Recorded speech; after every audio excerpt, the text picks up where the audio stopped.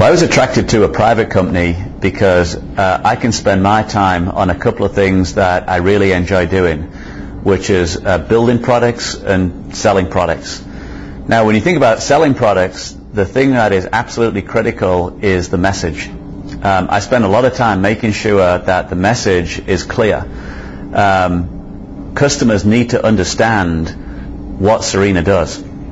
Technology companies in general, I think, fall down a lot because they try and show the customer how smart they are. They don't try and have the customer understand what it is they're doing. So the message is precious. It's key that all of our salespeople understand the message. Our customer will never understand what we do if our own employees don't understand what we do. So that, in my mind, is critically important. The other thing is building products. We've got to make sure that the technology trends and what we see happening both in the market and in the customer base are relayed directly to the engineering team. There's no point saying one thing and having a clear message that the engineers are not aligned behind and not building products toward. So the thing I love about a private company is I don't need to spend a lot of time with investors. In fact, I don't spend any time really with investors and Wall Street or dealing with governance and Sarbanes-Oxley.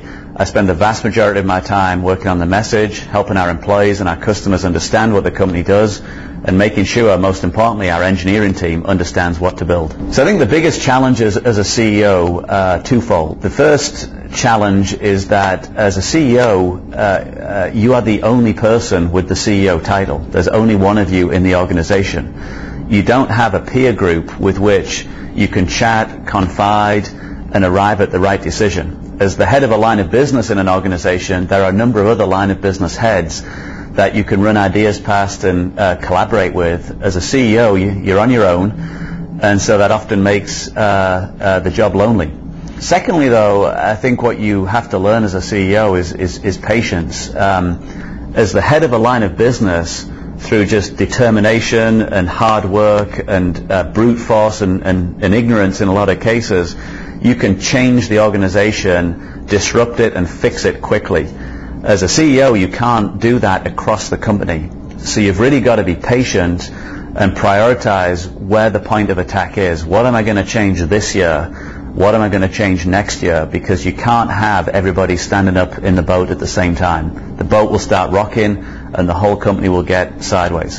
So one of the key things as a CEO that you're asked to do is not just manage the company, but to lead the company. And there is a big difference between leadership and management. Particularly in tech, it's important because in technology, things change rapidly. And you often have to take a position that, hey, we're going to head down this direction, and all of your management team and certainly all of the employees in the company may not be on board with that. And I think the hardest thing to do is, after you've made the decision to go in a new direction, is to make the decision stick.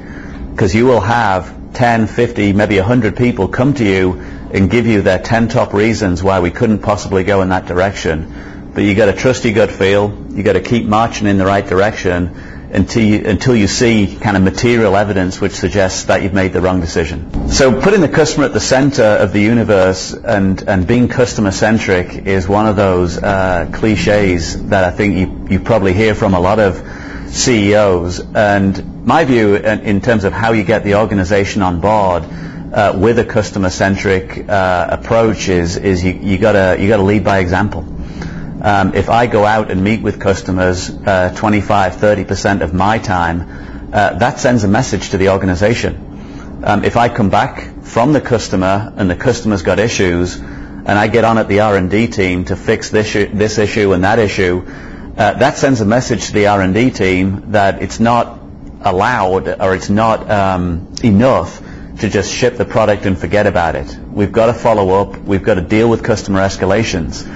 Also as well, if I get involved in escalations as they come in through the support operation, and I'm involved in speaking with and updating and directing the resources within the company, that sends a message to the support organization that you can escalate an issue right to the top, that the right resources will be marshaled, and that the customer ultimately will get the problem fixed. So customer-centric, it's easy to say, but it only actually happens through example. The guy at the top has got to set the example.